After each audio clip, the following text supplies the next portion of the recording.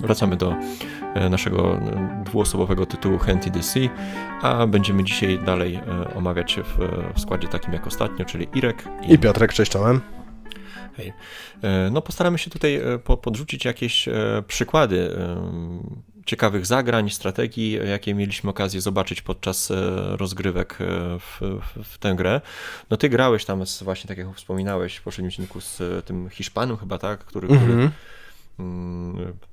mówił, że kilkadziesiąt partii mu zajęło złamanie kartagińskiego Town Rusha. Kartagińskiej strategii Town Rush, czyli taki też jeden z zarzutów, który się pojawia wokół tej gry, to właśnie, że Kartagińczycy po prostu wygrywają tę grę poprzez szybkie stawianie domków. Nie? Tak. No może nie kilkadziesiąt, tylko tam chyba mówił około 20 partii mu to zajęło. No powiedz, czy kojarzysz jakieś takie właśnie momenty z rozgrywki, które zapadły ci w pamięć? Strategie w sensie, tak? No, czy jakieś ciekawe właśnie zagrania, jak tutaj wygląda, jak ta gra wygląda tutaj tak po prostu żywcem wyjęta z rozgrywki. Na przykład mi się bardzo podobało to ostatnio, to co zrobiłeś w partii z tymi statkami, czyli poszedłeś w strategię, która pomaga szybko budować flotę.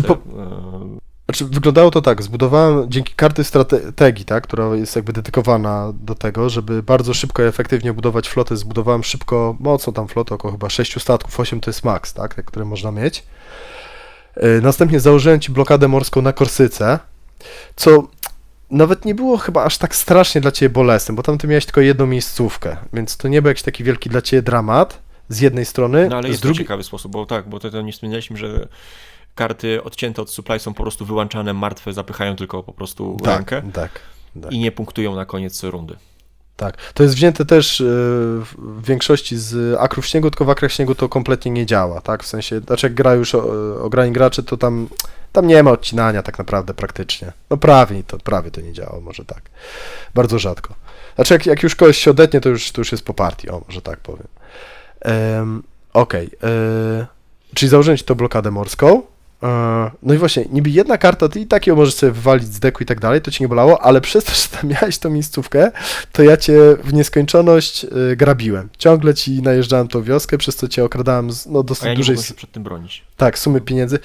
No kontrą były tryremy jeszcze, no ale mimo wszystko, no ile razy te tryremy dociągniesz, a tych statków będę miał więcej niż tych trymer, po prostu musiałbyś kupić tą kartę, zapchać sobie nią dek i tak dalej, i tak dalej.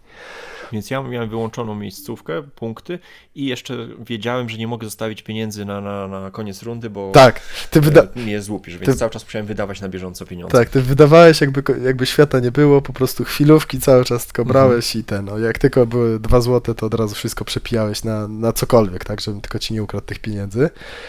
Więc faktycznie to strasznie ci namieszało szyki, no i tak jak mówisz, zacząłeś pomału budować flotę, tylko no nie byłeś w stanie efektywnością, tak, nadgonić właśnie, jakby Rzym jest to potęgą ludzką przede wszystkim, ale też ze względu na tą strategię, że no, bardzo szybko, bardzo efektywnie, stosunkowo tanio jest w stanie wbudować tą flotę.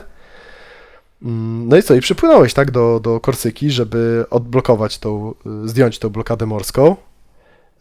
I co? Ja ci bitwę wytoczyłem, tak, no bo... To nawet ja wytoczyłem bitwę, no. A może ty? Już nie pamiętam. Albo pierwszy ja, a później ty przypłynąłeś, tak, bo pierwszą bitwę ja wygrałem, później ty przypłynąłeś taką wzmocnioną już kawalerią. A tak, faktycznie, tak było. Wzmocnioną tą flotą, odbudowaną po raz kolejny. No i co? I w końcu wygrałem tą bitwę, przegoniłem cię i ty odpuściłeś. No a ja dalej, że tak powiem, korzystałem na tym i też dopiero później, w zasadzie pod koniec partii, uświadomiłem sobie, że powinienem też łupić w innych miejscach ciebie, nie? Żeby te pieniądze chociaż odzyskiwać częściowo. I to też taka nauczka właśnie, że na sposób, żeby, no, jeśli nie da się przełamać tego impasu, to żeby właśnie zniwelować troszkę jego skutki, nie? Więc no ta gra właśnie jest bogata w takie kontry na kontry, nie? Szukanie właśnie tych rozwiązań, nie? Tak na przykład powiedzmy... Co jest trudne też, bo tutaj dochodzi ta mechanika deckbuildingu, prawda? I teraz na przykład ty już masz mocne dajmy na to, masz sporo jednostek, które służą do rajdów, tak, na ziemi, tak, czyli do tak. tych najazdów, niszczenia wiosek. No i teraz tak, z jednej strony ja też mogę zacząć dokupywać karty, które będą broniły się, Blokowały. czy wręcz kontrowały i ja też będę robił rajdy na twoje wioski, no ale ja je muszę kupić, one muszą trafić do deku, później musi być przetas, później muszę je dociągnąć, to wszystko bardzo długo trwa, co jest jakby w ogóle sednem tej gry, tak, to, że to wszystko trwa w czasie. Owszem, można kupić drożej te karty, ale to znowu to muszę zdobyć pieniądze, żeby szybciej te karty, tak, ten emergency levy, żeby ta taka nagła mobilizacja, wzmożona mobilizacja, żeby te jednostki szybciej mi doszły na rękę. Więc to są ciekawe decyzje, czy to odpuszczam, bo znowu, ty mnie będziesz najeżdżał, ale do jakiegoś czasu, no bez przesady. I teraz pytanie, czy ja jestem w stanie ponieść ten koszt, że potracę lokację, ale w pewnym momencie ty też jakby zwolnisz, no bo później będziesz musiał pociągnąć swoje imperium, tak, czyli wybudować domki, to zajmuje czas, zapchasz sobie dek, więc to też ci wydłuży te linie komunikacji i tak dalej, i tak dalej. Czy zająć się czymś innym i na przykład budować armię, żeby za chwilę zrobić jakąś potężną bitwę, a nie się bawić właśnie w taką wojnę podjazdową, partyzancką.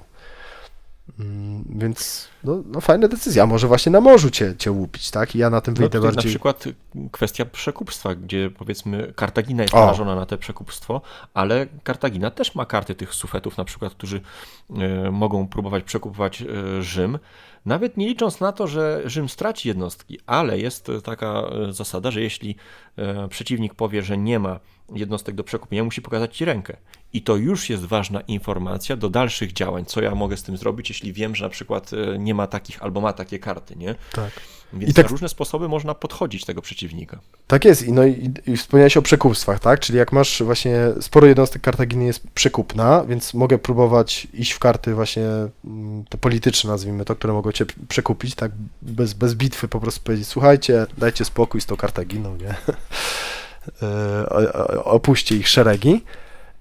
I znowu, ty masz fajną decyzję, kontrę na moją kontrę. Czy chcesz kupować karty, które będą cię bronić przed tym przekupstwem, czy idziesz w innym kierunku, prawda? Więc jakby cały czas, cały czas są decyzje, cały czas to drzewko decyzji się rozrasta, tak? I możemy pójść w jedną stronę albo w drugą, a często właśnie w kilka różnych.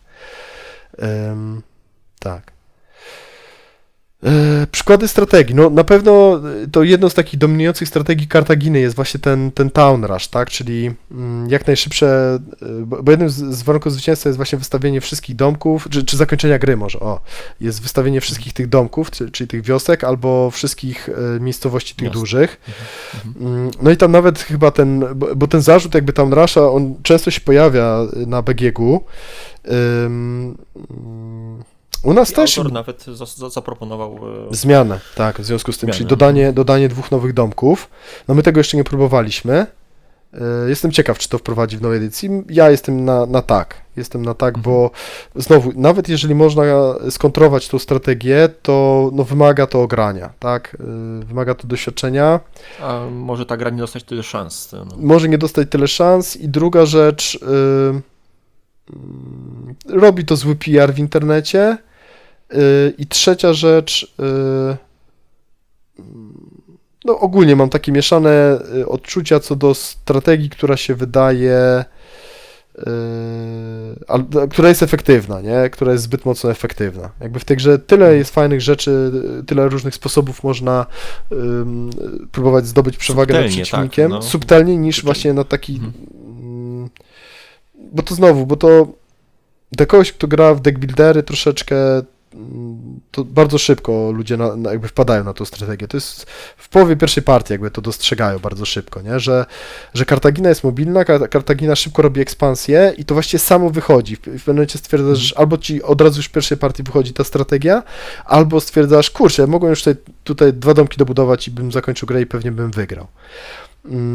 I to też jest taki troszeczkę zarzut do tej gry, że jest tutaj taki pewien, bym powiedział, może nie scenariusz, może nie skrypt, ale no jednak faktycznie Kartagina jest zachęcana do tego, żeby, albo inaczej, że jakby gra trochę tak wygląda, że Kartagina na początku zdobywa dużą przewagę, jeżeli chodzi o tę ekspansję, która znowu jest kluczem do wygrania gry, A później po prostu paznokciami, zębami stara się utrzymać przed tą machiną wojenną, która może ją zmiażdżyć w postaci właśnie rzymskich. Tak, a ogólnie właśnie Rzym ma za zadanie opóźniać w miarę tą Kartaginę i jak najszybciej zbudować taką siłę, żeby tą szalę zwycięstwa, która na początku jest mocno powinna być mocno przychylona w stronę Kartaginy, żeby ją zrównać i później na swoją jest stronę taki wyścig z czasem, nie? Czy Kartagina szybciej się obuduje, czy Rzym na tyle ją spowolni, żeby zdąży sam stworzyć taką armię, która już później zacznie tylko po prostu mielić Kartaginę, bo Kartagińczycy raczej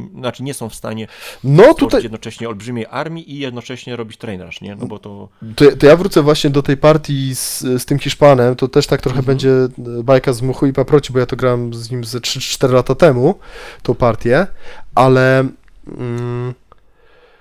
no, gdzieś w pandemii mniej więcej, ale pamiętam, że to wyglądało w ten sposób, że ja właśnie, jako na to strzegłem, nie, że będę grał właśnie tego Town Rusha plus rajdy. Znaczy o rajdach chyba nie powiedziałem mu akurat, tylko tyle, że będę tego Town Rusha próbował zagrać, a on grał, powiem ci, bardzo na wszystkich frontach on grał. On grał i troszeczkę stworzył sobie floty morskie, właśnie troszeczkę, nie za dużo, i dzięki temu mnie też najeżdżał tym pylydżem, czyli mi ograniczał finanse. Pamiętam, że on faktycznie wykupił co najmniej z 2, jak nie 3 różne karty strategii, bo ta partia też była dosyć długa, mimo wszystko. Pamiętam, że ja faktycznie na początku zdobyłem dużą przewagę taką punktową, faktycznie tam większość Korsyki podbiłem, większość nie Syrakus, przepraszam, tylko Sycylii, tak, dziękuję. Większość Sycylii. Natomiast on bardzo tak pomału budował sobie tą armię, pomalutku przesuwał, tak bardzo spokojnie grał, wiesz, nie śpieszył się wbrew pozorom. Wydawało mi się, że za wolno gra i że właśnie zakończę grę tą przewagą 20 punktów, a on bardzo, bardzo wolno grał i tak systematycznie mnie spychał. Tu mi trochę zabrał pieniędzy, tutaj lepsze jednostki, tutaj jakiś najazd zrobił i tak grał bardzo elastycznie, nie? Nie szedł jakoś tak skrajnie w jedną tylko rzecz, że tylko armia, albo tylko flota. Tak jak ja, jak często się gra w deckbuilderach, prawda, że jak chcesz mieć dobry deck w czymś, no to idziesz w jedną rzecz, prawda, a nie w 20 różnych, tylko on właśnie wbrew pozorom inaczej grał i to też mi się bardzo w tej grze podoba, że no właśnie w deckbuilderach takich czystych, tak, Dominion, czy tam jakieś Star Realms i tak dalej, opłaca się grać skrajnie w coś, tak, w duże pieniądze, w nie wiem co tam, w duży dociąg i tak dalej. A tutaj właśnie przez to, że wszystko musisz robić, musisz mieć i administrację, i ekonomię, i wojsko, i pewnie w jakimś stopniu flotę, i tylko te suwaczki, wiesz, albo bardziej wysuwasz do przodu, albo do tyłu, albo w lewo, albo w prawo, to wszystko ci się przydaje, wszystko jest potrzebne. I on faktycznie przełączał te strategie, tak? Kiedy trzeba było obronnie, bo ja robiłem najazdy, no to dokupywał jednostki do najazdów. Kiedy zaczął atakować, no to bardziej jakieś maszyny oblężnicze i tak dalej. Kiedy potrzeba było mu na morzu zdobyć przewagę, bo gdzieś mnie chciało odciąć, na przykład założyć mi blokadę morską, właśnie mi to sporo kart już sprawić, że były martwe w moim deku na Korsyce, no to tą flotę zainwestował. I on tak bardzo metodycznie, spokojnie, wiesz, pomalutku mi odcinał gałązki. On nie ściął mnie jak drzewo jednym mocnym rąbnięciem, tylko tu mnie troszeczkę podciął, troszeczkę tutaj. I ty też dostawałeś taką zagadkę, tak naprawdę, z której strony się bronisz. Tak. Nie widzisz jakiegoś jednego frontu, tylko z każdej strony cię coś osacza, nie? Tak. I też zwróć uwagę jeszcze, że w tej grze przez to, że my nie odrzucamy kart z naszej ręki na koniec, tylko dociągamy do 5, to ma swoje zalety i wady. Wada jest to, że dużo wolniej mielimy deck, prawda, przechodzimy przez deck, ale zaletą jest to, że mamy ten hand management i wiesz, są kluczowe karty, które sobie chcemy zachować, czasami wiesz, przez całą tą dużą turę, tak, czyli do przetasu aż Kartaginy, sobie zachować kartę na wszelki wypadek, tak, żeby się obronić przed rajdem, żeby z jakiejś kluczowej lokacji w końcu bitwę wytoczyć, jak już tam zbierzemy odpowiednie oddziały i tak dalej, więc to jest naprawdę mocno strategiczna gra. I co jeszcze pamiętam, że on zrobił? A to chyba już z tobą ja grałem, bo mówisz o tym, że Kartagina nie ma szans z tą potworną machiną rzymską. Ja pamiętam, graliśmy taką taką partię bardzo mocno militarną, gdzie ja faktycznie wykupiłem chyba wszystkie albo prawie wszystkie legiony rzymskie, czyli miałem potworną siłę militarną, ale ty, wiesz co, budowałeś te combined armsy. Czyli miałeś wszystkie typy oddziałów. Miałeś piechotę lekką, piechotę ciężką i kawalerię i słonie. I wygrywałeś wszystkie bitwy ze mną. Gdzie wydawało się, że Rzym jest taką potęgą militarną, ty też jesteś w stanie jako Kartagina odpowiedzieć na to. Wymaga to, wiesz, bardzo dobrego rozplanowania i przygotowania się, prawda? Bo ja po prostu dorzucam na chama kolejne legiony rzymskie, a ty, wiesz, musisz mieć, wiesz, różne typy jednostek, prawda? I jeszcze je dobrać i tak dalej. I wygrywałeś te bitwy i pamiętam, że z 2 czy 3 bitwy wygrałeś, ja traciłem na tym właśnie moje jednostki legiony, no i w pewnym momencie już poddałem partię, tak, bo ty wygrałeś militarnie, taką miałeś przewagę militarną, wojskową, tej potężnej armii lądowej, że no nie było sensu już kontynuować gry, bo to już tylko była kwestia czasu. Zresztą chyba nawet tam zdobyłeś całą Korsykę, prawie całą Sycylię, więc to... No, punkty się to przełożyło. Tak, ja późno poddaję partię, bo zawsze jeszcze jestem ciekaw, wiesz, co się da wyciągnąć, czy da się jeszcze coś odkręcić, nawet jak nie w tej partii, to w następnej, ale już doprowadzić do takiego momentu, że to już pod 25 punktów przewagi dochodziło, nie? Także to tak... Tuż przed... No dobrze, to przejdźmy do zarzutów, tak? Co tam można popsioczyć, ponarzekać. No ja tutaj... Ale wiesz co, to jeszcze na sekundkę, tylko do strategii, nie? Ale z takich skrajnych strategii, no to tak, można iść we flotę morską, która właśnie pozwala robić blokady morskie i te pillage. Te pillage się wydają na początku takie mech, ale naprawdę jak mamy 6 statków, zabieranie co chwilę, co rundę 3 pieniędzy, czy tam co 2 rundy 3 pieniędzy przeciwnikowi, czyli netto 6 monet różnicy, to jest naprawdę duża rzecz. To działa. Ja bardzo długo, pamiętasz obydwaj, że się mówi, że kurde, no to pilicze to bez sensu, to jest słabe, to trzeba strasznie dużo zainwestować i to się nie zwróci, a ostatnio, no to wygrało mi grę, no po prostu. Tak? No. To bez dwóch zdań. Czyli ekonomicznie cię zagłodziłem. Udało mi się. Ale znowu, bo ty nie zareagowałeś, prawda? Albo zareagowałeś w nieodpowiedni sposób. I to jest okej, nie? Uczymy się. Można grać właśnie na pewno w tą mocną armię. Można grać w te rajdy, tak? Czyli takie wojnę partyzancką. Można grać w administrację, tak? Czyli odchudzanie deku, no po to, żeby dalej, tak? W jakiś sposób militarnie się też wzmocnić. Można grać właśnie na te przekupstwa, tak? Zwłaszcza Rzym. Może próbować przekupywać i w ten sposób osłabiać. Wytrącać z ręki, tak. Tak jest. No i też ważne jeszcze jest z administracją, że często one pozwalają szybciej przewijać deck albo wyciągać jakieś karty z discardu. I to też jest kluczowe przy bitwach i przy oblężeniach.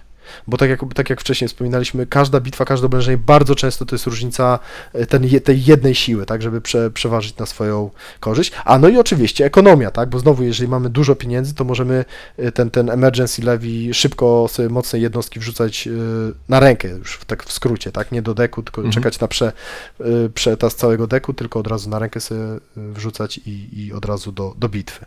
Albo do najazdów, albo do jeszcze jakichś innych ważnych dla nas celów. Na przykład budowania floty. Więc tu jest naprawdę... Można też się iść w fortyfikację, nie?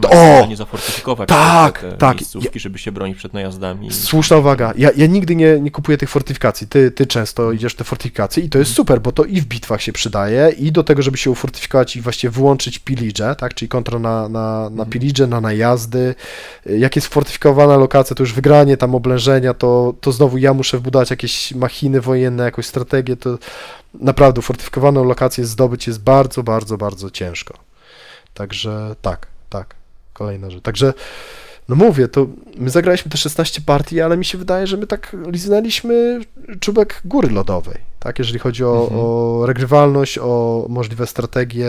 No gra ma już swoje lata i nikt nie powiedział, przeszedłem tę grę, nie? Tylko ludzie zagrywają się po setki, po dziesiątki partii i wciąż uczą się tej gry i czerpią z tego ogromną satysfakcję, nie? Tak, są pewne zarzuty, ale to do nich za chwilę. Tak, no ale właśnie, ale dużo ludzi po pierwszych 2 partiach po prostu się odbija i ja tutaj też staram się zebrać jakieś takie zarzuty, które mi chodziły po głowie odnośnie tej gry i odnośnie moja też odpowiedź na to, jak ja to widzę z punktu widzenia tego geeka, który tą grę uwielbia. No to często można powiedzieć, że ta gra jest zbyt powolna, że przygotowanie do bitwy to jest takie długie, monotonne gromadzenie kart, a przeciwnik to widzi i też się do I tego frustrujące, może przygotować. Tak, że jest zbyt złożona, bo jest tych elementów po prostu za dużo. No, bo mamy strategię, To wiesz, to walkę. poczekaj jeszcze sekundkę, No. dobrze? Za chwilkę wrócimy do złożoności. Ja tylko jeszcze wezmę odnośnie tego zarzutu, że to wszystko trwa w czasie. Tak, natomiast to jest cecha gry, tak? Mi się to strasznie podoba w tej grze, właśnie, że to nie jest zagraj akcję, kup jednostkę, masz jednostkę. Znaczy, masz jednostkę, ale ona na rękę ci trafi za ileś tam czasu, tak? Więc masz jednostkę, która się buduje. O, to tak jak w StarCraftie, jak w RTS-ach, jak budujesz jednostkę, to jest ten taki pasek zaawansowania, prawda? I tam ileś sekund potrwa, zanim te zerlingi, te mutaliski się wbudują. I tak jest praktycznie ze wszystkim, nie? Więc to jest cecha tej gry, tak? Jeżeli to ci nie odpowiada, no to nie, to nie jest gra dla ciebie. No mi się to strasznie podoba, tak? I to jest właściwie serce, tak, też tej gry, więc jeżeli tego nie kupujesz, to nie jest gra dla ciebie. Ale mimo wszystko warto według mnie spróbować, bo po paru partiach może się spodobać. Można zrobić fikoła o 180 stopni. Najgorsze są te początkowe partie, no bo ta złożoność, o której tutaj właśnie zacząłem mówić, nie pozwala ogarnąć wszystkiego. I tak jakby część rzeczy siłą rzeczy wyłączamy sobie z rozgrywki. A to te statki, a to przekupstwo, a to coś tam. A to pillage, tak. Tak, ale dla mnie jest to o tyle ciekawe, że nie widzę wszystkiego po pierwszej rozgrywce, nie? I to mi się podoba. Ale jednocześnie jest to na tyle, tak jak mówiłem, mechanicznie intuicyjne, że jestem w stanie prześledzić tę partię i stwierdzić, że gdzie popełniłem błąd, gdzie mogę go naprawić, gdzie mogę coś zmienić, nie? Bo sama zagrywka jest na tyle przejrzysta, że nie jest przysłonięta jakimś tam milionem mikroakcji. Znaczy, tylko taka uwaga, jest przejrzysta, ale po, myślę, że kilkunastu partiach, bo ja przypomnę, że ty grałeś jeszcze sporo, myślę, że paręnaście, jak nie parędziesiąt partii w A Few Acres of Snow, prawda? A one są bardzo mocno podobne mechanicznie. Może tak. Osoby, które przychodzą z zewnątrz, nie grały w Akru, będą miały bardzo pod górkę, ale do tego też za chwilkę dojdę. I jeszcze na sekundkę wrócę do tego zarzutu tej powolności. Tam jak są te bitwy albo oblężenia, bardzo trudno jest je wygrać. To co mówiłem, że tam często tym jednym mieczykiem, jednym siły się wygrywa. I znowu, żeby wygrać bitwę, trzeba się do niej przygotować. Musisz mieć deck zbudowany, albo pieniądze, w jakiś sposób musisz być przygotowany na to, żeby naprawdę dorzucić większą siłę militarną niż przeciwnik i przełamać ten opór, przełamać ten front, że tak powiem, bo jeżeli nie, to obrońca ma na tyle dużą przewagę, że bitwa się zakończy remisem, tak? Czyli de facto obrońca wyjdzie cało i zdrowo, tak? Z takiej bitwy z oblężeniem. Straci jedną kartę, ale przy remisie zachowa. Przy remisie obydwaj gracze tracą karty, co też jest ciekawe, bo często u nas na przykład tak było, że bitwy, które remisowałem, ja traciłem jednostkę wojskową, a ty, ponieważ wystawiałeś na przykład samymi lokacjami się byłeś w stanie wybronić, bo znowu źle się przygotowałem do takiego ataku, to nic nie traciłeś, więc ja jako atakujący netto straciłem więcej. Albo straciłem dużo mocniejszą jednostkę i droższą niż ty. O, na przykład tak. Więc do bitwy, do oblężenia trzeba się przygotować. No jest tutaj też ten motyw takiego frustrującego odbijania się od tych samych miejscówek. Jeśli się gracze zafiksują na ten jeden domek, to będą cały czas tracić, odbijać, nie? Tylko, że tutaj tak naprawdę trzeba też umieć wyjść z tego impasu, że zdać sobie sprawę, że utrata tej jednej miejscówki nie jest to, jeśli nie jest to stolica, to nie jest dramatem. Stolicy się nie da utracić, ale to też sobie powiemy. Wiesz co, tak, tym bardziej jeszcze, że to nigdy nie jest tak, że obydwaj gracze, że my stoimy w miejscu, że zyskujemy i tracimy tyle samo, bo chociażby ten town rush Kartaginy, czasami nie opłaca się robić najazdu przeciwko Rzymowi na Kartaginę, bo zdobędziemy jakiś tam punkt zwycięstwa, skasujemy domek, tam sprawimy, że karta będzie martwa, ale jeżeli przeciwnik prawdopodobnie, jeżeli szybko tam się nie zasiedlimy, to przeciwnik, czyli Kartagińczyk się z powrotem tam zasiedli i tylko przyspieszymy mu na przykład strategię na Town Rusha. Więc tu nigdy przez tą asymetrię tych frakcji, tu nigdy strata czy zysk tej samej miejscowości to nie jest dokładnie ta sama wartość dla obydwu stron. Także taka uwaga też. Efekt kuli śnieżnej to przez wiele osób jest krytykowany, ale kurczę, mi się tutaj podoba, że w pewnym momencie widać już, że przeciwnik się nie podniesie i po prostu przerwać można partię, nie? Tak. Pytanie, na ile możliwe są powroty, nie? Ale to zależy od indywidualnej sytuacji Tak. Są możliwe, są. ale w pewnych momentach już nie. Już nie, dokładnie. I to jest według mnie, no mówię, idealne dla mnie rozwiązanie i naprawdę bardzo mało gier coś takiego ma, tak, że jest bardzo często tak, że albo gra się kończy tag of war, czyli przez całą grę przyciągamy linę, nie lubię tego, chyba że gra się szybko kończy, no to okej, ale zasadniczo tego nie lubię, bo to z reguły są gry, które siedzimy w okopach i wiesz, i tylko 2 kroki w przód, 3 kroki w tył i się właśnie tak szarpiemy o jakąś tam wioseczkę.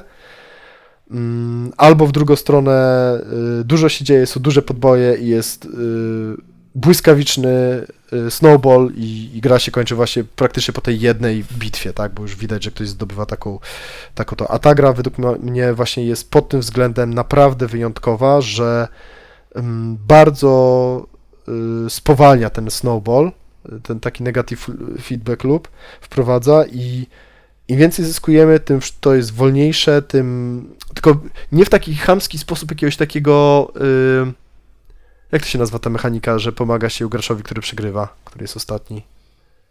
Taka family friendly mechanika. Ketchup? O, catch-up mechanizm, właśnie, dokładnie, to nie jest catch-up mechanizm, tak? Aha, jesteś ostatni, no to ci damy 20 zł i 3 armii, tak? Żebyś, synku, żeby ci nie było smutno, żebyś jeszcze posiedział do końca. Tylko właśnie, nie, przeciwnik, zdobywasz nowe tereny, musisz zdobywać nowe tereny, no to niestety masz większy deck to jest mniej pieniędzy, mniej wojska, dłuższy przetas, no i wszystkie inne te problemy, tak? Albo musisz stracić akcję, żeby odchudzać ten deck, no tak czy siak jest koszt, ponosisz koszt jakby tych podbojów. I jakby trzyma się to klimatycznie, tak, jakby kupy. No tutaj zarzut o losowość i te wydarzenia, no to tak jak tutaj ja właśnie wspominałem, że to nie jest gra na stawianiu wszystkiego na jedną kartę, nie? Trzeba umieć ten ryzyko rozłożyć po prostu, tak jak mówisz o tym Hiszpanie, który no, na różnych obszarach po prostu sobie sprawnie radził. Mniejszymi krokami, czyli wyzbyć się tej zachłanności trochę. Ja tak mam często, że dobrze mi idzie w walce, no to już lecę na to, pcham po prostu w ten młynek mnóstwo sił, a później się okazuje, że no, gdzieś zaczyna mi brakować w innym miejscu. Tak, znaczy przy czym w pewnym momencie tak pewnie to jest dobra decyzja, nie? Ale na początku trzeba być elastycznym prawdopodobnie bardziej. No losowe eventy. Ja się z tobą zgadzam, i podoba mi się ta myśl, faktycznie, żeby nie stawiać wszystkiego na jedną flotę. I też, że w jakim stopniu można przeciwko tym eventom, jak się je zna, przeciwdziałać, czyli warto sobie przeczytać, nawet przed pierwszą partią, te najbardziej bolesne eventy, na przykład chowanie się do portów i tak dalej, i nawet się ostrzegać, że słuchaj, na przykład 5 kart zostało do przetasu Kartaginy, nie? Zastanów się, czy za chwilę nie chcesz w najbliższej tej się chować do portu. No i okej, bawisz się w Pushierlaka wtedy. Natomiast mimo wszystko mówię, im więcej pograłem w różne gry, tym coraz mocniej te eventy mi nie pasują i też będę chciał się odnieść do tego, co bym zmienił, poprawił w grze. Że no to jest bardzo mocny zarzut dla mnie. No to dobrze, to może przejdźmy właśnie do tego. To jeszcze sekundka, jeszcze tylko do zarzutów, tak. Fatalna instrukcja.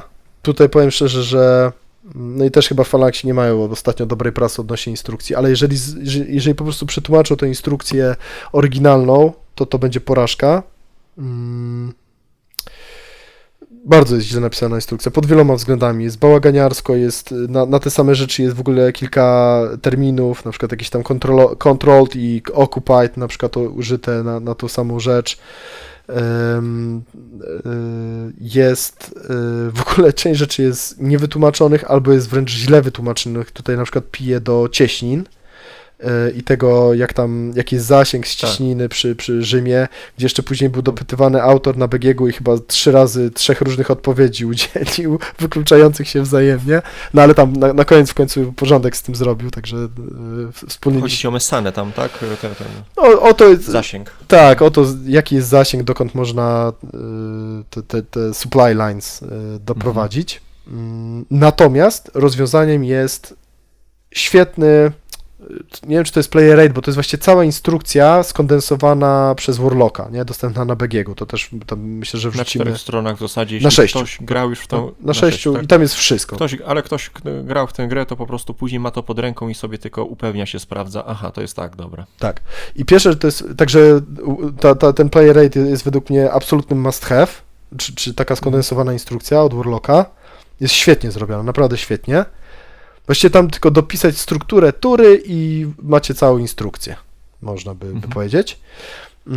Druga rzecz to jest powiązana z tym, to jest skomplikowanie tej gry i trudność w jej wytłumaczeniu, bo jeżeli ktoś grał w którąś z tej gry, z trylogii Wallace'a, tak, czyli no albo A Few Acres of Snow, A Handful of Stars, albo z Mythotopie, to szybko wejdzie w Hands in the Sea. Natomiast ja grałem na przykład, właśnie pamiętam jak tłumaczyłem tą grę Warlockowi i powiem szczerze, że nie przypominam sobie, żeby z jakąś grą Warlock miał tak duże problemy do załapania, zrozumienia, zapamiętania tych rzeczy. Labirynt on mi tłumaczył, ale naprawdę to jest poziom, bo ona jest, jeżeli ktoś nie grał w te gry, to ona jest naprawdę bardzo nowatorska, te gry Wallace'owe. Więc to na pewno nie pomaga, nie? Że wiesz, no niby jest deck builder, ale to nie jest taki deck builder trywialny jak Dominiony. Tu jest bardzo duże to powiązanie z mapą. No i plus te 25 akcji, z których praktycznie z wszystkich się korzysta, natomiast nie w każdej partii i w bardzo różnym natężeniu będziemy korzystać, tak? No 25-24 akcje obwarowane warunkami to jest naprawdę dużo. I ona jest trudna do wytłumaczenia, jest skomplikowana, dosyć jest też, znaczy no jest wymagająca, tak, do grania, więc dużo osób boi się, że się odbije. No ja bym tutaj dorzucił jeszcze dwie kwestie. Coś, co mnie tutaj denerwuje, to są te ilość traków. Wygląda to trochę jak właśnie taki element nie do Tak, niedodewelopowany. Niedorozwinięty, tak naprawdę. Można moim zdaniem spokojnie zrezygnować z tego traku pillage'ów, który tam... Albo połączyć z prestiżem, bo jest i prestiż, i pillage, i punkty zwycięstwa, i co tam jeszcze jest? No i jeszcze trak do śledzenia bitwy. No to jest potrzebne akurat. To jest potrzebne. No tak, tylko że w sumie to tworzy, wiesz, trak do ilości worshipów. Tak, traków jest po prostu... Który nie ma zera na przykład, a powinien mieć 0, także... Tak. Dużo, no. Tak, UI-owo tam jest dużo do poprawienia.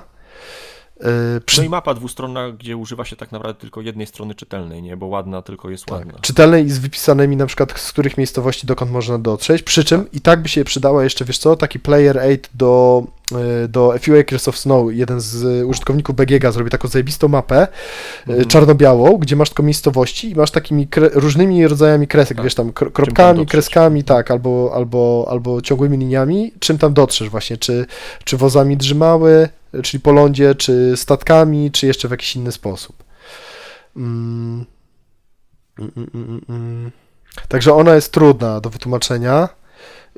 Bardzo mocno zachęcam do tego, że jeżeli byście się zdecydowali na tą grę, to żeby się dobrze przygotować do tej gry, najlepiej jakby obydwaj gracze zaznajomili się w jakiś sposób mniej więcej z zasadami, z tym jak grać, bo tłumaczenie tej gry jakby tak od zera komuś jest ciężkie. Tak, to będzie męczące i ta osoba się po prostu zagubi się czekaniem. Tak, i zagubi się i będzie jak dziecko we mgle w trakcie gry. I też, żeby przygotować się według mnie i zagrać przynajmniej ze 2 partie, najlepiej jednego wieczoru, a przynajmniej w jakimś bardzo krótkim okresie czasu, tak, że wiesz, tam umawiamy się, że gramy w poniedziałek i w środę, czy w poniedziałek i w czwartek w Hands in the Sea, nie? W całości. Bo jeżeli nie, to będzie ciężko. Ona, wiesz, poziom skomplikowania zasad według mnie jest na poziomie takiego cięższego euro, ale ona jest nowatorska i tego jest dużo dosyć, nie? Natomiast bardzo jeszcze raz polecam ten play rate czy condensed rules od Warlocka. To jest must have według mnie. To strasznie ułatwia. Dość powiedzieć, że ja byłem przerażony, bo my żeśmy mieli z 2 lata, prawie 3 lata przerwy od ostatniej partii i teraz jak mieliśmy w to zagrać, to ja sobie pomyślałem, kurczę, nie? No, odświeżanie sobie tej gry to będzie masakra, nie? Czytanie tych zasad, sprawdzanie w internecie i tak dalej, ale tak naprawdę poszedłem na spacerek z wózeczkiem i tylko sobie dosłownie tam dzieci usnęły, jedną ręką sobie patrzyłem w telefon i czytałem i na tym spacerku ja sobie przeczytałem tą pomoc od Warlocka i później 2 razy zerknąłem chyba w trakcie partii, plus tam jakby wiesz, proceduralne przychodzenie tej końca kampanii, tak, czyli tego przetasu Kartaginy, też krok po kroku i żeśmy zagrali chyba nawet bez większych błędów, żeśmy zagrali. I też ważna rzecz, pilnowanie w trakcie gry.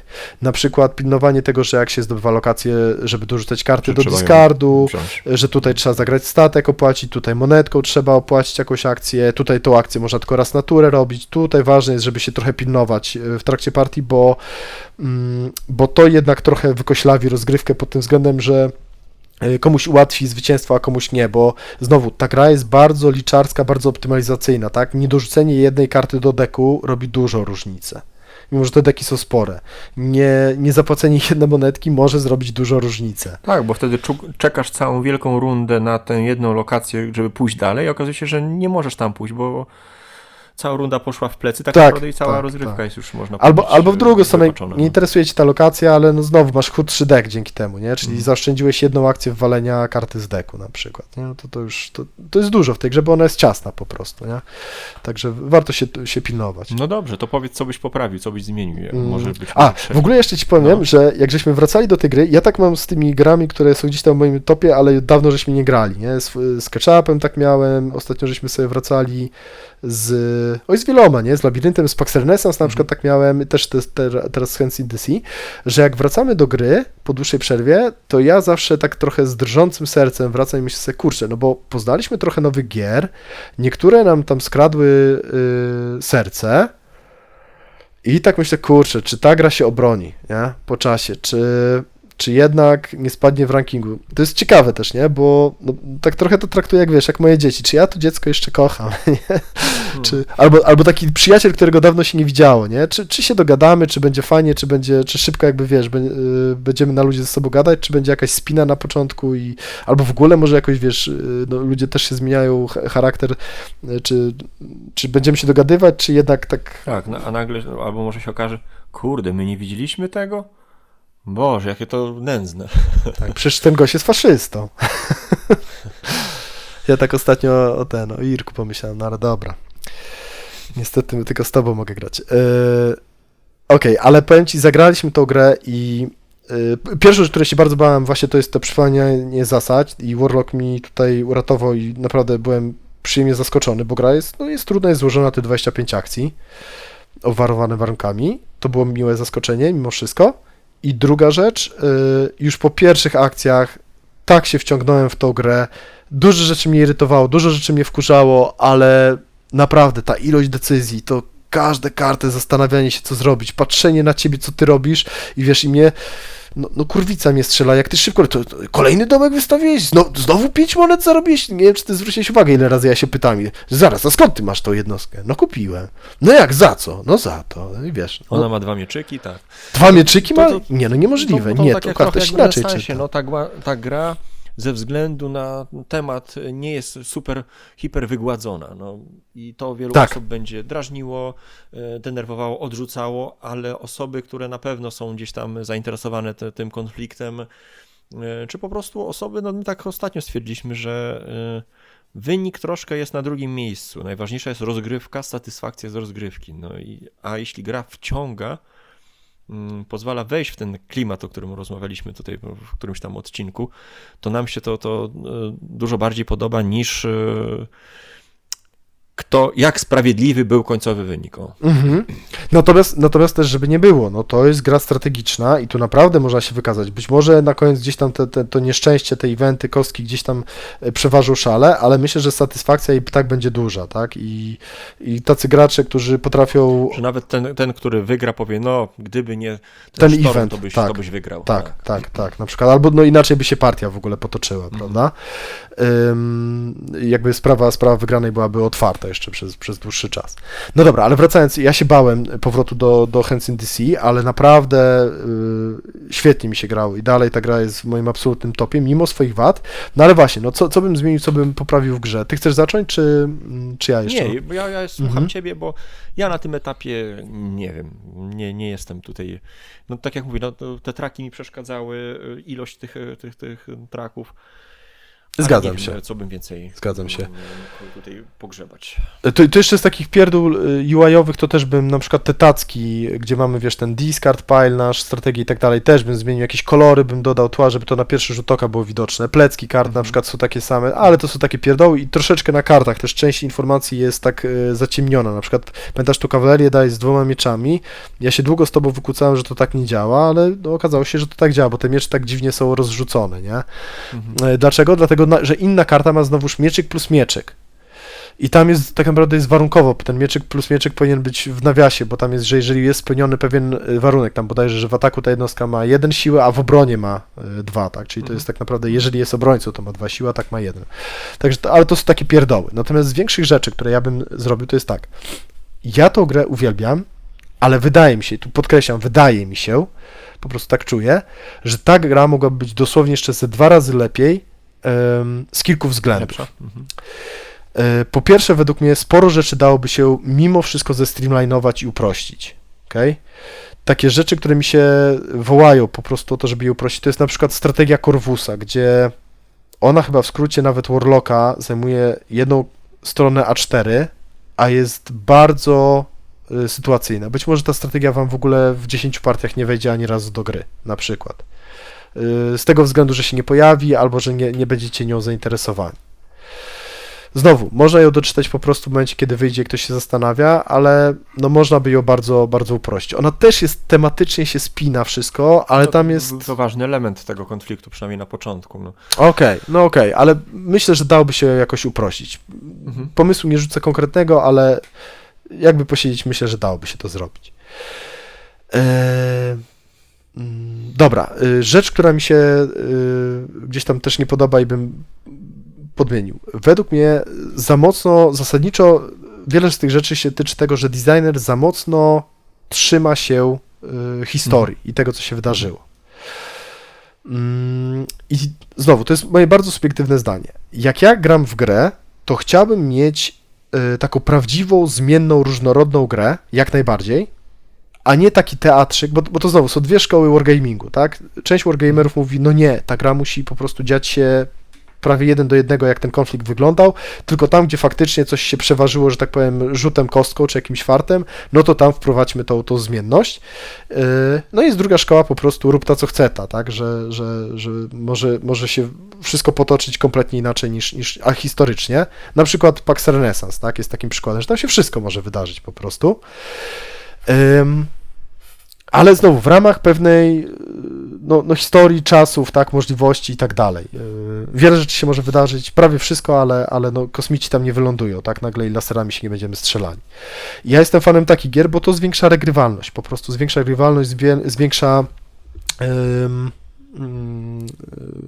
ilość strategii dostępnych w grze i w tej grze na przykład jest parę rzeczy, które jakby ograniczają. Na przykład nie podoba mi się, eventy, już mówiliśmy wielokrotnie, ale na przykład Syrakuzy, które zdobywa się na Sycylii. To jest must have, to jest pierwsza rzecz, którą robi Rzym, tu nie ma żadnej decyzji, tu jest tylko kwestia tego, czy zdobędziesz te Syrakuzy tam w drugiej turze, znaczy w drugiej to nawet nie, w trzeciej turze, czy w czwartej turze, czy nie, może w piątej, chyba w trzeciej albo w czwartej turze je podbierz, bo one są absolutnie niezbędne. No bo gracz przeciwny nie jest w stanie ci w żaden sposób w tym przeszkodzić, no to jest kwestia może tego, jak... powolnić trochę, tak? Tak jak ty na przykład wysyłałeś tam flotę, żeby zrobić taką małą blokadę morską, tak, żeby nie mógł statkami wspierać oblężenia, czy tam bitwy.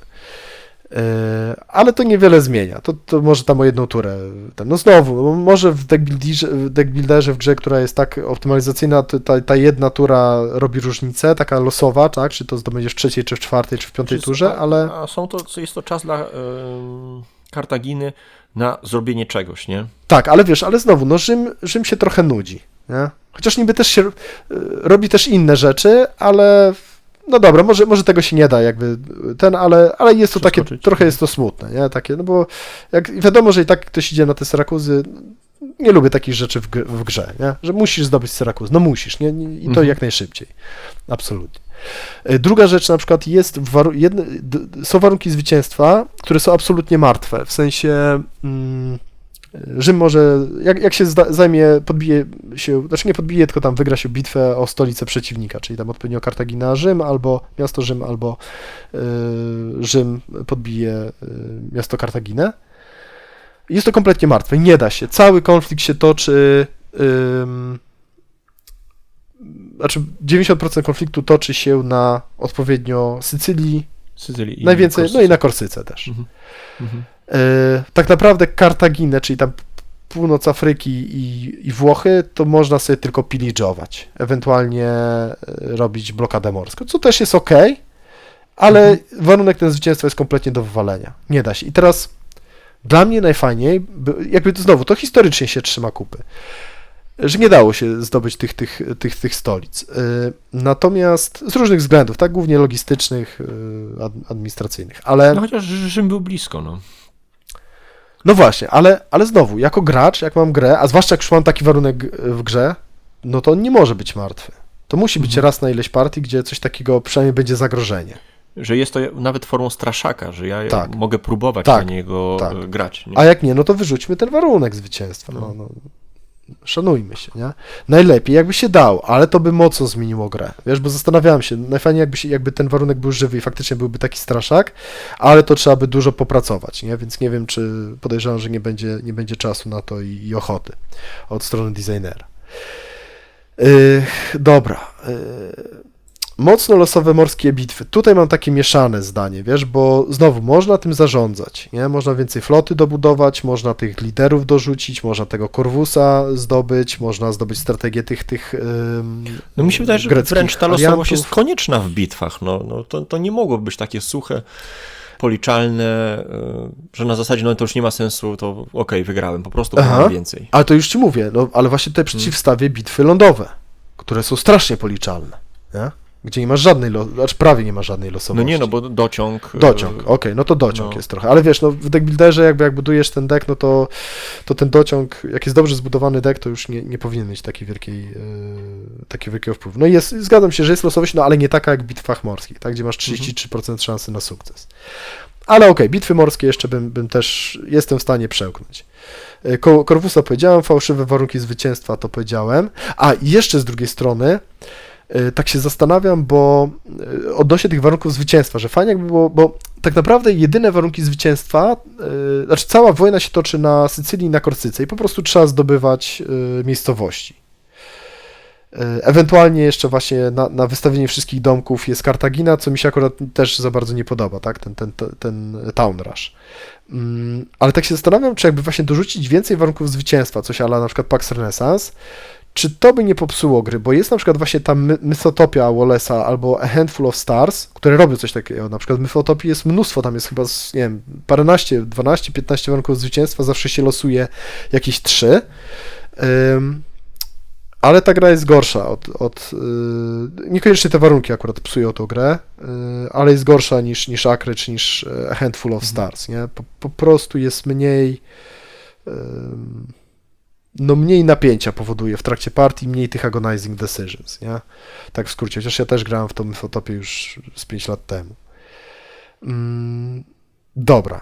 Kolejna rzecz, którą bym zmienił, eventy to mówiłem, eventy bym albo wywalił zupełnie, albo bym zrobił ewentualnie eventy coś à la Polis, czyli żeby obydwie strony krzywdził. Wychodzi event i wiesz, ty dostajesz po plecach, ja dostaję, to też nigdy nie będzie sprawiedliwe. Ewentualnie nie krzywdziły też, ale po prostu wprowadzały pewne zmiany, możliwości, takie jak jak w Polis. Jak w Polis, też czasami możesz pozytywne. Coś tam zrobić, pozytywne rzeczy, musisz zapłacić dokładnie. i możesz coś tam zrobić. Tak, bo eventy jakby nigdy nie są sprawiedliwe w grach, nie? Nigdy, bo wiesz, strać 3 pieniądze, jak ktoś ma 13 pieniędzy, a ktoś ma 4, to nie będzie event, który działa tak samo dla obydwu graczy. Ale to już by było lepsze rozwiązanie. Natomiast w tej aktualnej postaci te eventy no, są dla mnie bardzo dużym takim znakiem zapytania. No mówię, dałeś mi bardzo mocno do zastanowienia tym, że część eventów można przeciwdziałać albo nie stawiać wszystkiego na jedną kartę, ale to musiałbym dużo więcej pograć. Natomiast na ten moment mi się eventy mocno nie podobają. I druga rzecz, znaczy kolejna rzecz, karty strategii. Po pierwsze, i to już nawet sam designer chyba o tym mówił, że koniecznie przyspieszyć dodawanie, zmianę i przewijanie strategii. One są mega fajnie dają taką obietnicę, że... A za mało się ich korzysta. Tak, że wiesz, to sobie taką wezmę strategię, później sobie przeskoczę na tą strategię i tak dalej i to się prawie nie zdarzy. No mówię, wtedy ten Hiszpan jakoś tak ładnie skakał, więc może to jest po prostu moje lamerstwo i nieumiejętność grania w tą grę, ale nawet sam designer mówi na przykład o tym, że na przykład wywaliłby chyba akcję discardowania strategii, bo w tej chwili to jest tak, że jak kupisz strategię, to żeby kupić nową, to trzeba... To mi się przypomina trochę takie... Pozbyć się starej i dopiero kupić nową. Trochę taka nasza rozmowa, jak mówiłem tam o jakiejś z nowych gier Kickstarter, takiej ładnej, pięknej i tak zacząłem psioczyć, nie, że kurczę, że wolę gry, które są głębokie,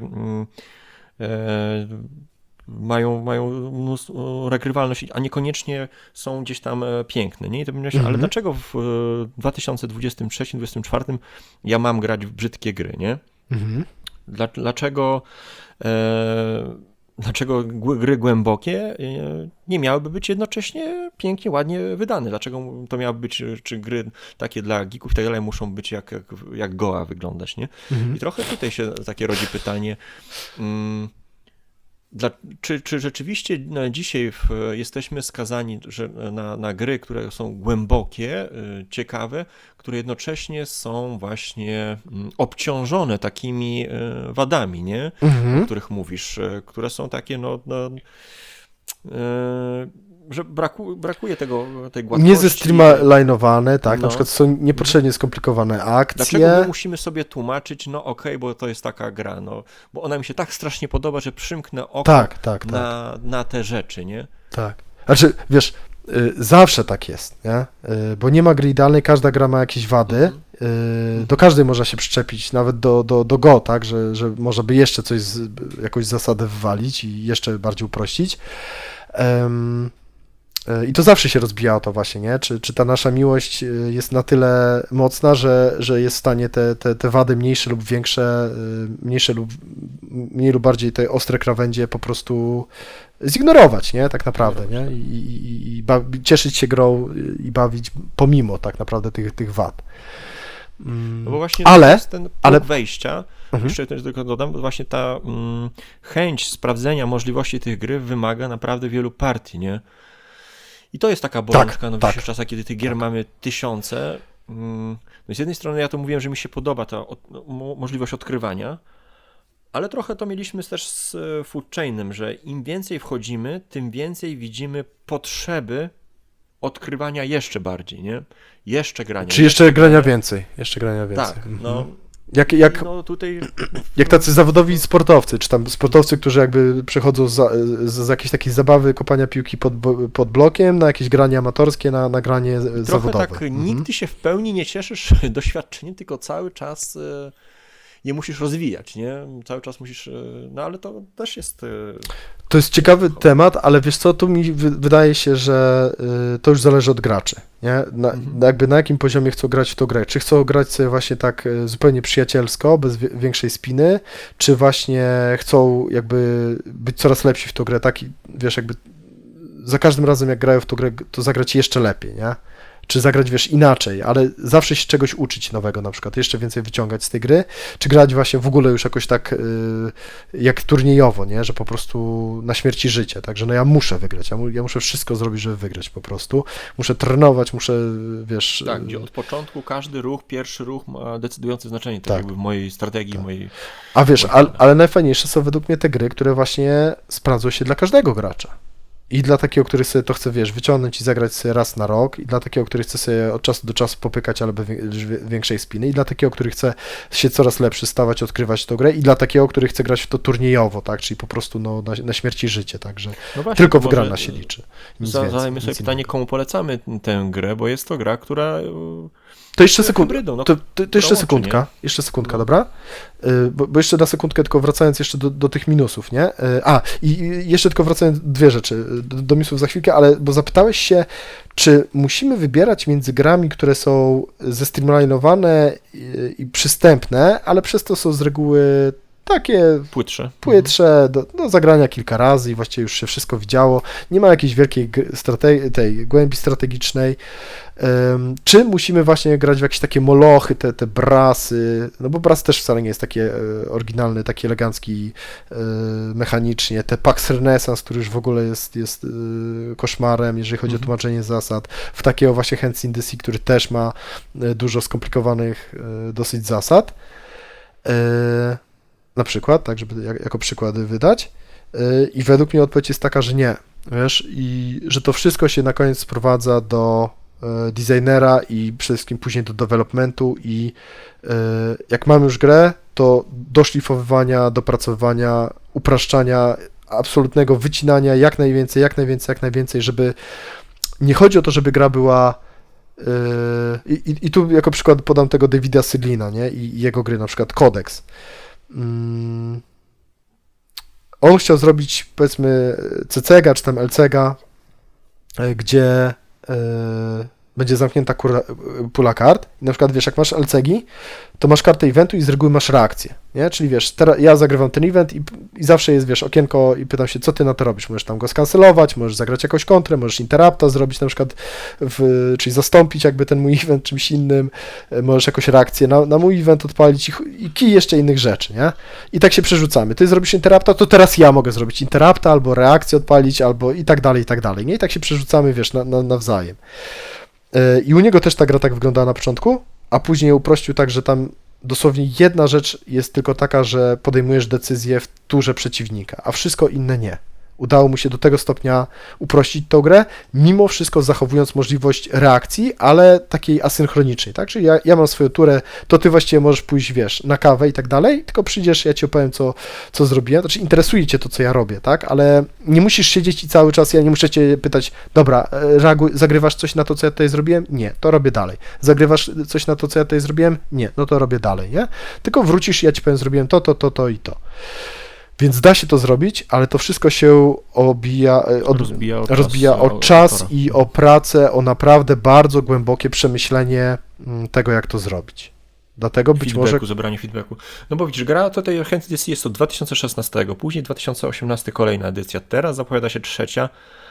No i przez te wszystkie lata autor coś tam przebąkuje. Przebąkuje sporo zmian. Tak. Przebąkuje. Tak. I tak naprawdę, no, a z tego, co ktoś tam z wydawnictwa Phalanx mówił, to zasady nie będą zmienione, tylko tam będą wyklarowane, dopowiedziane będą pewne Więc no, jeśli nie wykorzysta tej szansy właśnie na przesanie, żeby pokazać w 2024 czy 2025, kiedy idzie, pokazać gry, no to co zrobił Frank Diaz. Dokładnie. Wyjąłeś mi to z ust. O ciosaniu po prostu maksymalnie do gołej... Gdzie Polis jest prostsze i jest bardziej eleganckie, nie? Od Hands in the Sea, a mimo to on jeszcze poświęcił dekadę i jeszcze to dopracował. I to spore były zmiany, te, które wymagały na pewno dużo playtestowania, nie? Wyrzucenie całego jednego surowca, zmianę w ogóle jakby tych wiesz, ilości surowców produkowanych w różnych miastach, wycięcie w ogóle jednej całej wielkiej rundy z gry, tak? Także to... zmiana eventów, no. To jak się gra teraz w obydwie gry, to jest bardzo podobny feeling, prawda? Ale praca, która musiała być w to włożona, to była przeolbrzymia, nie? Więc to jest też, to jest kwestia charakteru designera, nie? I tego, czy jest właśnie, chce pracować i cały czas dążyć do gry idealnej, tak? Do perfekcji z tą grą. To jest nieosiągalne oczywiście, ale wiesz, ale wszystko da się poprawiać, ulepszać w nieskończoność, nie? No i większość designerów tego nie robi z różnych względów, tak? No głównie czasowo-finansowych, tak? No bo to nie jest jakaś branża multimiliarderów, tak? I to mają w inne przypadku życie. Polis, no to jest wydawca Devir, który w większości wydaje rodzinne gry, który też podjął ryzyko z wydaniem takiego Molocha. No i on do tej edycji się przygotował niesamowicie. Tutaj mają wydać to Falangsi, którzy mają już na swoim koncie no, takie tytuły światowe, typowo wojenne, więc ma szansę zaprezentować grę zupełnie nowym odbiorcom i ma szansę poprawić to, co nie do końca przez te lata... Co można poprawić. Tak, no. tak. Więc zobaczymy. Dobra, a jeszcze wracając na chwilkę do tych rzeczy, które bym poprawił, tak? Czyli strategię po pierwsze to przyspieszenie, tak? Dodawania, zmiany, przewijania strategii i poprawić dobór tych strategii. W sensie w tej chwili jest tak, że jest wystawka 3 tylko strategii i to według mnie jest znacznie za mało. Czyli pomysły takie z palca, tak? Spod palca, które to jest albo wydłużyć tą wystawkę do, nie wiem, 5-6 wręcz kart, albo być może wręcz zrobić taki deck building jak w Bertrapie na przykład. Czyli na przykład są strategie, które są dostępne tylko dla Kartaginy albo tylko dla Rzymu, to żeby one zawsze na przykład były możliwe do wrzucenia, tak? Tylko tutaj znowu, bo jakby w aktualnej wersji jest tak, że właśnie można ten taki w cudzysłowie hate draft robić, prawda? Czyli wyrzucić komuś strategię, więc to też trzeba by pewnie zachować, tak? Że ja jako Rzym mogę zapłacić jakieś tam pieniądze, żeby ci tą strategię na ileś tam tur na przykład dezaktywować, nie? I dopiero później będziesz mógł ją zakupić. No to do pomyślenia, nie? Ale minus jest taki, że... Bo co jest problemem? Problemem jest to, że są 3 strategie i zdarzało się nieraz w naszych partiach, że tak patrzymy na te strategie i jest tak... No dobra. I gramy w ogóle z olaniem tych strategii. Pojawia się nowa strategia. No dobra, nie? I wiesz... A fajnie by było, jakby każdą z tych 3 byś chciał mieć teraz już, nie? I tylko zastanawiać się, na którą mnie stać, na którą no muszę wziąć. Są strategie, są takie układy, gdzie naprawdę każdą byś po prostu dał sobie rękę uciąć, żeby mieć strategię i zapłacił każde pieniądze, a musisz tylko jedno wybrać. I to są najfajniejsze rzeczy ogólnie w grach, nie? Także część strategii można by w ogóle usprawnić, tak jak mówisz, polepszyć jakby w górę, tak, powyciągać, czyli nie nerfować te najlepsze strategie. No przykład to jest ta administracja, jakieś, wiesz, zwiększenie, planowanie, tak, zwiększenie ręki, administracja odchudzania deku. Na przykład wracając do tego Corvusa, bo chyba jedyną kartą, która ma wpływ na eventy jest ten Corvus, ale ma to wpływ negatywny, to znaczy... Nie, są inne, są inne jeszcze. Jest sporo kart, które mają takie, które, wiesz, bardzo konkretne eventy kancelują. Są takie... tak, rzeczywiście. Jest ta, co zwiększa rebelią i tak dalej. Modyfikator do kostki. Jest... To jest fajne, no. Jest, co tam jest? Że kupujesz ten event i jednocześnie on cię chroni trochę przed jakimś tam eventem. Strategię kupujesz, tak, i chroni cię przed eventem. Tak. Albo cię naraża właśnie, tak jak Corvus, nie? Na pewne eventy bardziej. No mówię, ale do dopracowania są zarówno dobór tych strategii, jakby wybór, z którego będziemy mieli, albo znowu zostawić, że będą tylko 3, ale niech wszystkie 3 będą po prostu takie, że człowiek dostaje kociokwiku, bo nie może zdecydować, którą tą strategię chce wziąć. Bo w tej chwili za dużo jest strategii, które są sytuacyjne, czyli w aktualnym momencie kompletnie nieprzydatne, albo takie, że no okej, nie, ale mogę bez tego żyć, nie? Bo znowu zakup strategii, później wymiana ewentualnie jest zbyt droga. Może znowu, gdyby zakup strategii i wymiana były tańsze, to wtedy nie było i przewijanie tych strategii, to w ogóle nie będzie problemu z tym, że są lepsze i gorsze strategie. Po prostu sobie przewiniesz te strategie, prawda? Albo sobie kupisz teraz taką tam strategię, ale później jak się pojawi super strategia, to nie będziesz miał problemu, żeby je poprawić. No dobra, to chyba wytłumaczyliśmy o co chodzi. Dobra, i jeszcze jeden zarzut i rzecz do poprawienia absolutnie, i to jest bardzo proste do poprawienia, to jest ułatwienie tego lines of supply, całej tej mechaniki, tak naprawdę. Dlaczego? Dlatego, że ona jest trywialnie prosta, a tłumaczenie tego to jest dramat. Jest tak, lines of supply, tak, czy tam supply lines, czyli gdzie jakby nasze imperium jest w stanie dostarczyć tam wojsko, jedzenie i tak dalej. Nie będę przytaczał wszystkich zasad, ale zasady są banalnie proste. We Włoszech Rzym zawsze wszędzie ma supply line'a. W Kartaginie analogicznie, czy tam w Afryce zawsze Kartagina ma wszędzie supply line'a. Na Sycylii Kartagina zawsze wszędzie ma supply line'a, dopóki nie straci Lilibaum. ale jak straci Lilibam, to i tak jest koniec gry, więc właściwie ma zawsze. Rzym na Sycylii ma zawsze supply line'a, jeżeli ma Syrakuzy. I znowu, jeżeli nie ma Syrakuzów, to właściwie przegrał grę, więc tak. I jedyna rzecz, miejsce, gdzie te supply line'y działają faktycznie, to jest Boże kochany, to jest co? Korsyka, gdzie można tą odciąć blokadą morską, można odciąć Korsykę i tam faktycznie po prostu pytanie, kto kontroluje to morze przy Korsyce. Więc to jest w tych 4 zdaniach, tych 4 punktach, które powiedziałem, można zawrzeć całe zasady supply line'a, a to, co tam jest wyczyniane, ile było błędów, ile razy musiał zmieniać, właśnie w komentarzach tłumaczyć. No bo tam jest problem z tą mesyną, że o 2 pola od nie tak. możesz... Tak, ale to widzisz, no to na mapie powinno być w ogóle jakoś graficznie zaznaczone kolorkiem, czy jakimś strzałką, że właśnie od tej... Tu sięga. Tak, tutaj sięga przez ten straight, tak, czyli przez tą cieśninę sięga zasięg i to jest koniec. I koniec zasad, nie? Czyli w 5 zdaniach, w 5 zdaniach tak naprawdę wyjaśnione. No, także to jest absolutnie do poprawienia po prostu w wytłumaczeniu w instrukcji. Bo tutaj nic nie trzeba nawet zmieniać mechanicznie. Dobra. Okej, bo... Komu polecamy? Komu polecamy? A jeszcze chcesz o tych historiach i o tych abstrakcji symulatorze mówić, czy już Czy już... A masz coś, o czym nie powiedzieliśmy w tym kontekście? Chyba nie. Chyba nie. Znaczy... Ja tutaj odnośnie, jeszcze mam jedno pytanie, ale to później jeszcze. To powiem, wiesz co, w sumie jedno zdanie, że faktycznie jak gram w tą grę, to gram w nią strasznie liczarsko, nie? W sensie ten deck builder jest dla mnie tak angażujący, że wiesz, ja tutaj wyliczam ile kart mam, ile mam siły, jak w kalkulatorze. Ale przed partią i po partii, no ja czuję. Znaczy wiesz, ta gra jest na tyle inna, że nie bardzo jestem w stanie, znaczy no z akrami jestem ją w stanie porównać, ale według mnie jest dużo lepsza od akrów. Przede wszystkim chyba z tego względu, już nawet abstrahując od kart strategii, tak, czyli jakichś takich fajnych, nowych rzeczy, ale przede wszystkim ma dużo więcej różnorodnych strategii, które można grać. W Akrach Śniegu raczej to jest tam, wiesz, jedna ścieżynka, którą się idzie, a wszystko inne to jest... Dochodzi ta płaszczyzna morska, która jest mega ważna, nie? Tam w Akrach to było tylko po prostu przepływanie z lokacji do lokacji. To też prawda. A gdyby ktoś ci przystawił broń do głowy, powiedziałbyś Polis czy Hits? Rozumiem Polis, tak? Nie, Hits. Powiem ci, że Hits. Wiesz dlaczego? Hits stawiasz najwyżej? O, to jest tak. Bardzo... Tak, wiesz dlaczego?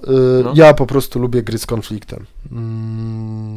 Tu mam właśnie tyle rodzajów tych konfliktu, tej walki kinetycznej, ale też i właśnie jakichś blokad morskich i tak dalej, ale głównie to, wiesz, że się bijemy, że jest więcej tego bicia się, tylko to musi być mądre, sprytne i na różne sposoby, a Polis jednak ile razy ostatnio nie graliśmy, było mało bitew, po prostu było mało bitew. Ale też powiem ci, że muszę wrócić do Polis i zagrać zupełnie inaczej, bo ja zawsze gram bardzo ekspansywnie w Polis, że wiesz, szybko jak najwięcej terenów zajmować, żeby jak najwięcej wyprodukować wojska, żeby się właśnie bić, a chyba muszę zacząć grać po prostu w ten sposób, że tylko mało miast, dużo populacji, dużo żarcia i głodzenie przeciwnika. Na przykład takiej strategii spróbować. Więc na ten moment Hands in the Sea wyżej. No widzisz, u mnie tak samo wybrałbym na ten moment, gdyby pytał się ktoś, chce zagrać. To ty mnie teraz bardzo zaskoczyłeś. A czego, tak? No bo wiesz co, tutaj to pierwsze, co mi tak przychodzi na myśl, to są właśnie te eksperymenty, ale też ta historia, która się kryje za grą, bo Polis jest takie właśnie szybkie, bo lejemy się po prostu po pyskach w lewo, w prawo, nie? Może niekoniecznie w formie bitew, ale blokad, zajmowania terenów i tak dalej, jest to wszystko takie natychmiastowe, nie? Motyw akcja i od razu jest, znaczy reakcja też, ale jest akcja i od razu jest rezultat. Przesuwasz... I ten przymus do wykarmienia, nie? To cię też tak ciśnie za gardło.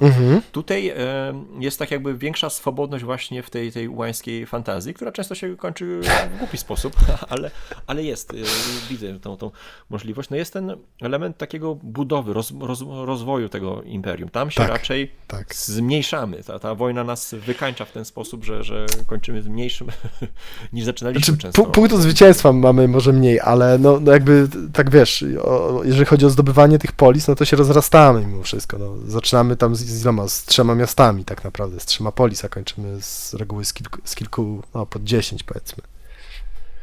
No, tylko właśnie one są takie...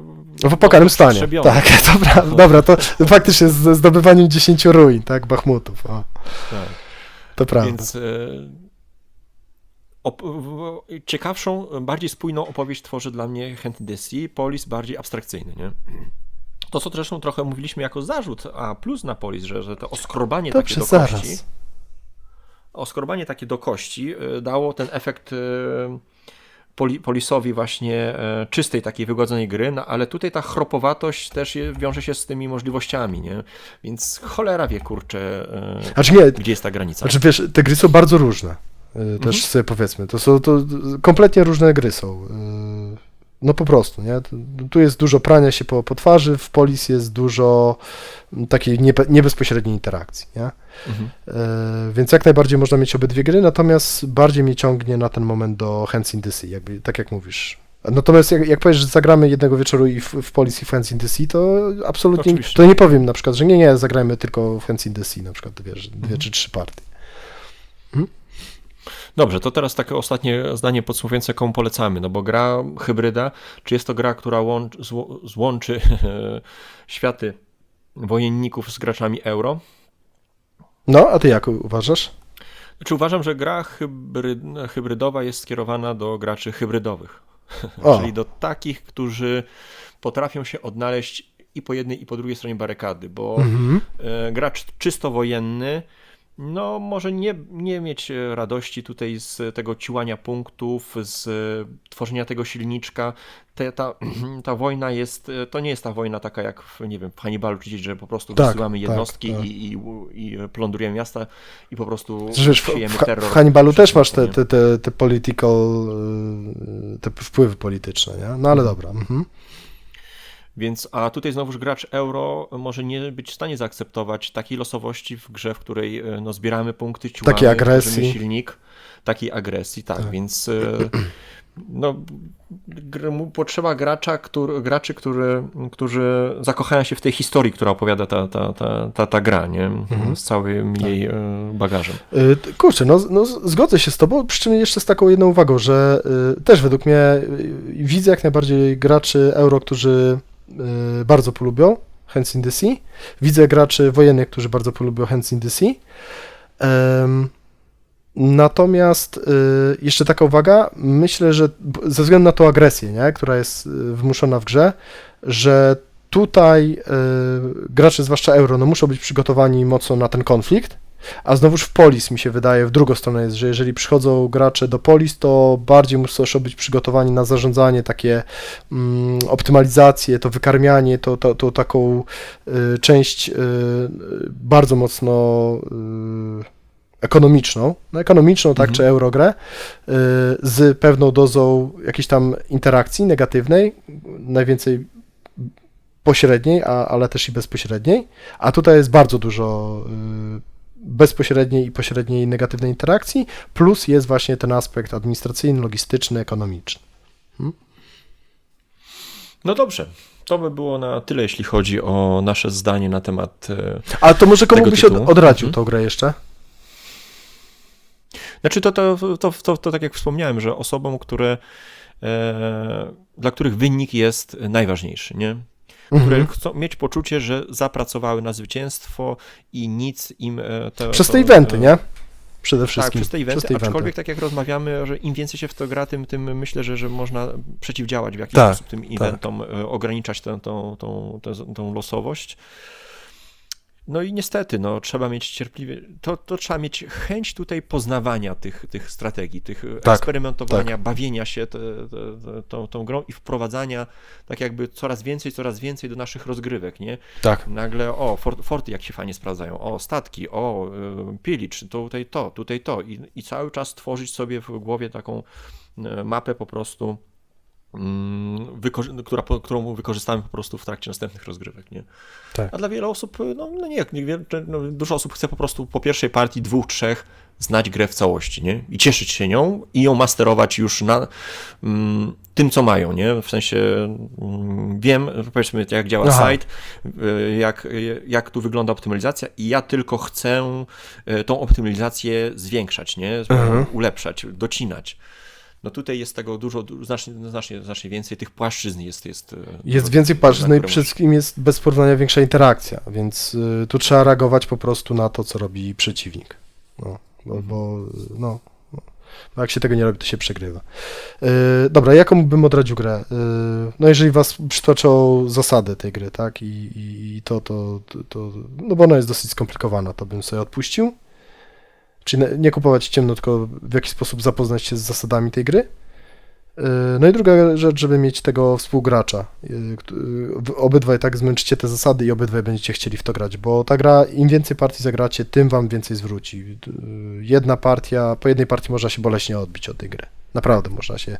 To jest ten poziom, bym powiedział, Pax Renaissance'u praktycznie. Ona jest prostsza w zasadach niż przy Pax Renaissance, ale jest jeszcze trudniejsza według mnie do grania w pierwszych partiach albo przynajmniej porównywalnie trudna do grania w pierwszych partiach.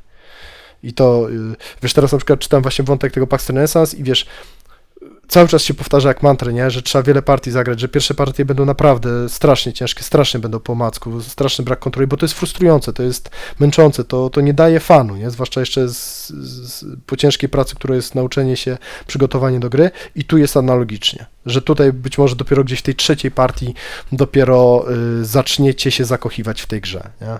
Więc znowu, jak nie macie czasu, bo grywacie ileś tam gier, to może sobie odpuścić. No i też pewnie fajnie mieć jest doświadczonego jak zawsze nauczyciela, który nie przyjdzie, żeby cię rozjechać, tylko ci podpowie, słuchaj, wiesz co, a na pewno to ci się przyda, do czego ci to jest i tak na zasadzie pytań i analizy powie, słuchaj, no ale w tej grze nie ma czasu na to na przykład, nie? To nie jest gra znowu o budowaniu sobie deku z wszystkimi możliwymi kartami, bo ta jest fajna karta, ta jest fajna, jeszcze to bym chciał mieć i to jeszcze i to, tylko tu jest morderczy wyścig, gdzie się ścigamy i jednocześnie jak na tych rydwanach, tak? Podkładamy sobie, tak. Na miecze, na pochodnie, na dzidy, na trucizny. To jest fajna metafora, której użyłeś, to jest taki wyścig rydwanów, gdzie my się okładamy tymi biczami jeszcze. Na wszelkie sposoby, nie? I najbardziej paskudne, tak naprawdę. Okej. Dziękujemy serdecznie za wysłuchanie kolejnego odcinka. Zapraszamy do kolejnych, a dzisiaj o Hand Edycji mówili Irek i Piotrek. Dziękujemy i jak zawsze zapraszamy do polemiki, do niezgadzania się z nami, do komentarzy szeroko rozumianych, tak? Także śmiało piszcie, co uważacie, co wam się wydaje, jeżeli graliście, jeżeli macie jakieś doświadczenia, to też super. Z chęcią poczytamy. A my trzymamy kciuki za trzecią edycję tej gry. Tak, mam nadzieję, że tak. będzie to jeszcze lepsze niż do tej pory. Tak, bo mimo, że obydwaj chyba, tak, zaryzykuję stwierdzenie, uwielbiamy grę, to jest tutaj, jest co poprawiać. Jest tutaj naprawdę powiedzmy 9 z szansą na 10, nie? W trzeciej edycji. No, kto wie, jakby tak zostało poprawione, to u mnie to ciężko. U mnie to ciężko się do 10, bardzo się ciężko już wbić, ale wiesz, szansa zawsze jest. Prawie zerowa, ale jest. Powiedział Putin do przyszłego kontrkandydata w wyborach. Trochę tak, trochę na tej zasadzie. No. Dobra, dzięki serdecznie. Hej. Dobrego.